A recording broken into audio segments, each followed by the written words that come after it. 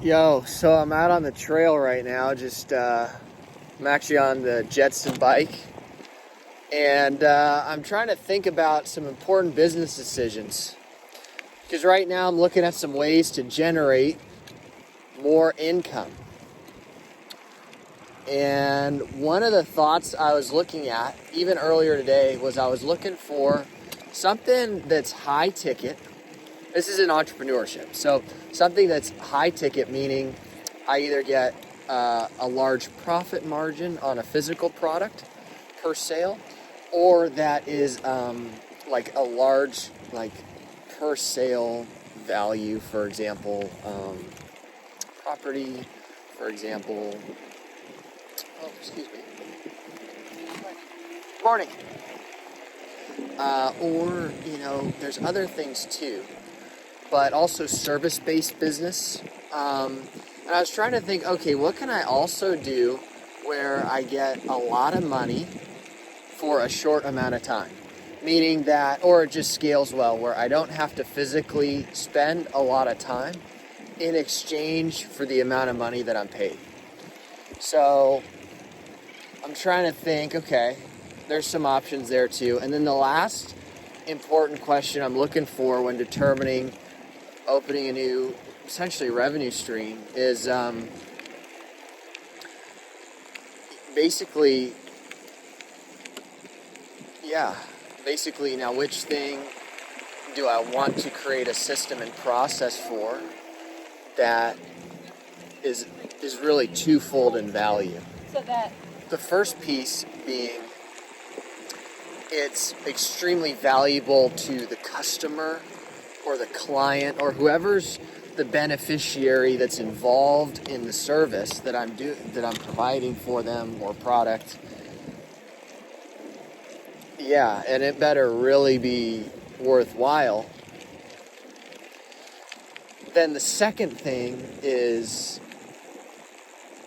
it something I'm, I guess, good at and can do myself, or do I have a friend or someone I know who would make a good business partner where I could essentially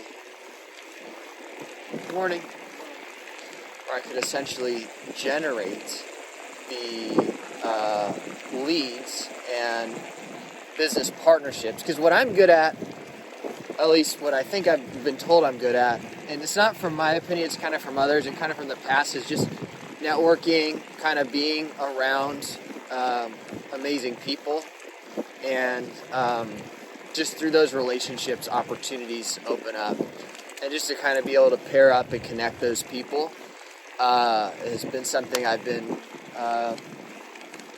been fortunate to be decent at. So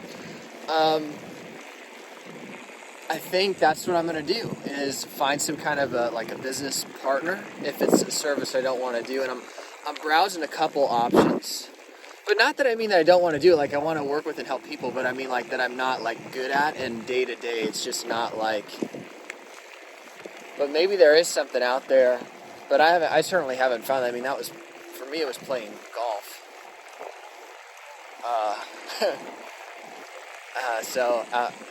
I don't know. Anyway, that's my video for right there. So, yep, browsing options.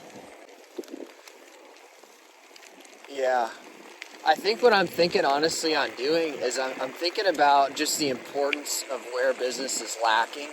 And I look at some of my past ventures, and I really think the area that we're getting smashed in a bad way, like losing money big time, is just maintaining warm relationships with the customer post lead gen.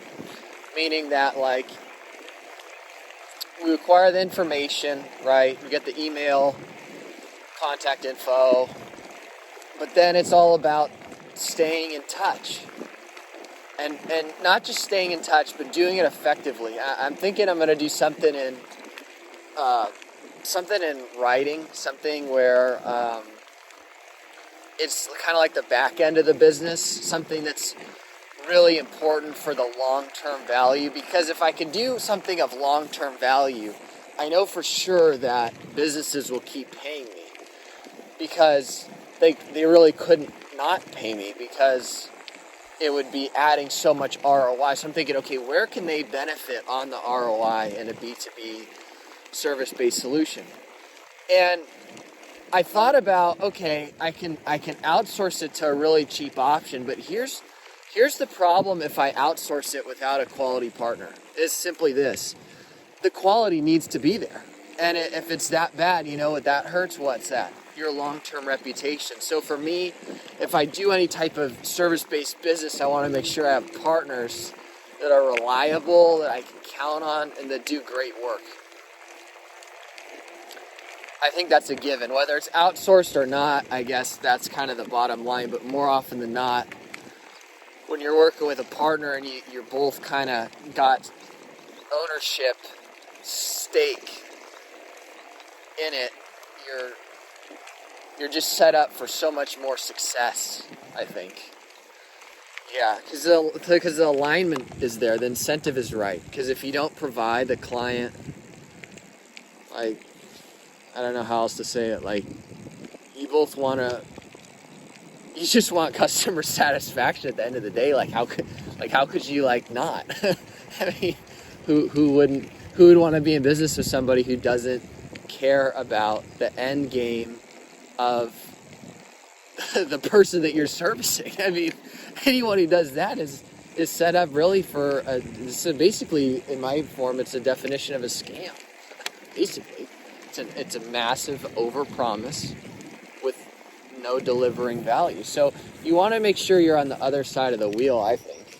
I mean, maybe some people feel otherwise, but I don't know how that can possibly be, in any scenario, a good idea. So, anyways, moving on. Yeah, so I'm thinking on doing that, something that's valuable to the back end, something that they really need. So, like, if stuff hits the fan in a service-based business, I certainly don't want to be one of the first guys to go. You know what I'm saying? Like, I would want my product or service to be, something where they're like, if it gets closed down, so is their business. And anything that is, not just being, how do I say this, closed down, but like, not like a me too, not like a nice to have. Like, I want to be a must have solution, because when you're not that, people they flake on you. They're kind of like, we'll get around to it.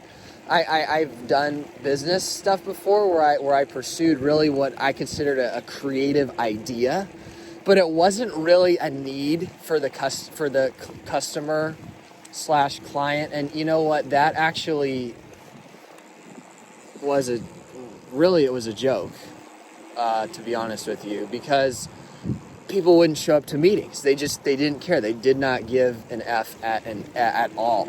Like, oh, sorry, I'm late. Oh, sorry, I missed this. Oh, I couldn't.